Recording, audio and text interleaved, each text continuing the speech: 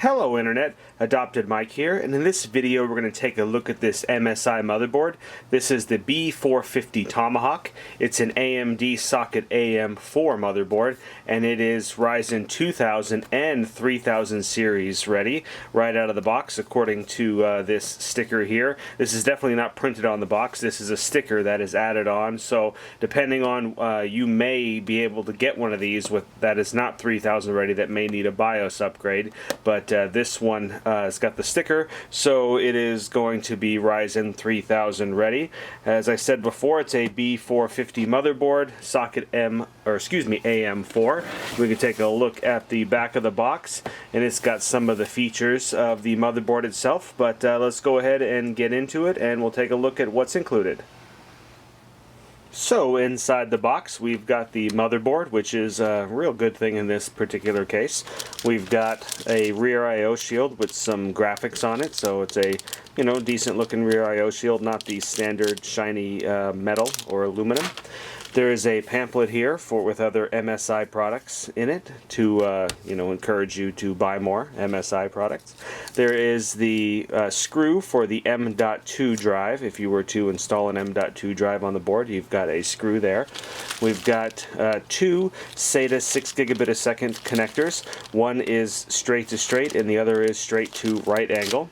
We've got a case badge here. This is just a standard sticker, but it's got the Dragon logo on it. We've got a DVD drive with DVD disc with the drivers. As always, double check online to make sure there isn't newer drivers available. We've got a thank you for choosing an MSI product. Just a little thank you and registration card. We've got a quick installation guide that comes with it as well too, and then the manual for the motherboard. Now let's take a look at the motherboard out of the bag. So now that we've got the board out of the bag, we can take a look at the aesthetics here. It's mostly black and silver. We've got some metal heat sinks here on the chipset, and as well as the VRM. They're not. There's not a lot of fin density here. They're just basically, chunks of metal or aluminum. But it's better than actually having nothing. We've got a 4-pin CPU power here. We're also powering the motherboard there with the 24-pin.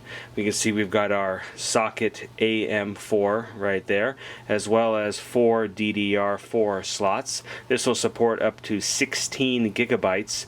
The motherboard itself says it supports up to 33, but your mileage may vary depending on what kind of RAM kit you got, and some silicon lottery and stuff like that. But that will give us a little bit more info on the RAM, so you can go non-ECC, and this is a dual channel platform, so keep that in mind. It's still, in my opinion, better to only fill up 2 slots than it is all 4 slots, so definitely don't do odd numbers, but even numbers there would be the key. We've got an RGB header up here, as well as one down here, so we've got control for any kind of RGB lighting.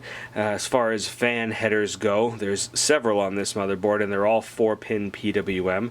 We've got one here, then this one is designated for the CPU. We've got one there, and one there for 3, so that makes 5, and then we have one down here for 6, so there's definitely a good amount of fan headers, and they're spread out quite well. Now let's spin this around a little bit here. We can see we've got 6 SATA ports. There are 2 right here, and we have 4 right here. And then on the bottom for connectivity, we've got a USB 2. We've got 2 of those right there. This is USB 3 front panel header. Then we've got our front I/O as far as power reset, hard drive, and power LED. Got a COM port there. There's our 4-pin that we were talking about, fan header, and then our 4-pin RGB, and as well as our front panel audio. You can see here we've got our PCI Express expansion, and this will vary just a little bit depending on the CPU or APU that you use. So anyway, let's focus in on the PCI Express and the M.2, and I'll go over how populating it with certain processors and populating it with a graphics card and whatnot will affect the connectivity on the board. Alright, so we've got PCI Express 1, 2, 3, 4, and 5 here, as well as the M.2. So, starting off, if you're using a Ryzen CPU, this is going to operate at PCI Express 3.0 by 16. If you're using an APU, this is going to be a by 8 connection. Then we have by 1, by 1, and by 1. These obviously are going to operate in by 1. This particular one down here is going to operate in by 4 unless you have something populating these two. If you have something in the second or third one, then this is only going to run at a by 2. And this one will always be by 1. So the worst case scenario that you have is an APU. You've got by 8, and then you've got by 1, and by 2 if these two are populated, and then by 1 down here. If you have a Ryzen CPU without integrated graphics, this will always be 16. So that's the biggest change here, is this is always going to be by 4 when these two are unpopulated. It's going to be by 2 if one of these is populated, or both, and this one is going to be 8 or 16 depending on if it's an APU or a CPU without integrated graphics. So that will kind of line out our PCI Express. Now, for the M.2, if you use the M.2 slot here, it will disable PCI Express, or excuse me, it will disable SATA 5 and SATA 6, which are these two ports over here that are set at a right angle there. It will disable those two. And then you will still have 4 functioning SATA ports, 1, 2, and 3, 4 there. So, you know, I definitely would not recommend, you know, foregoing an NVMe drive if you can.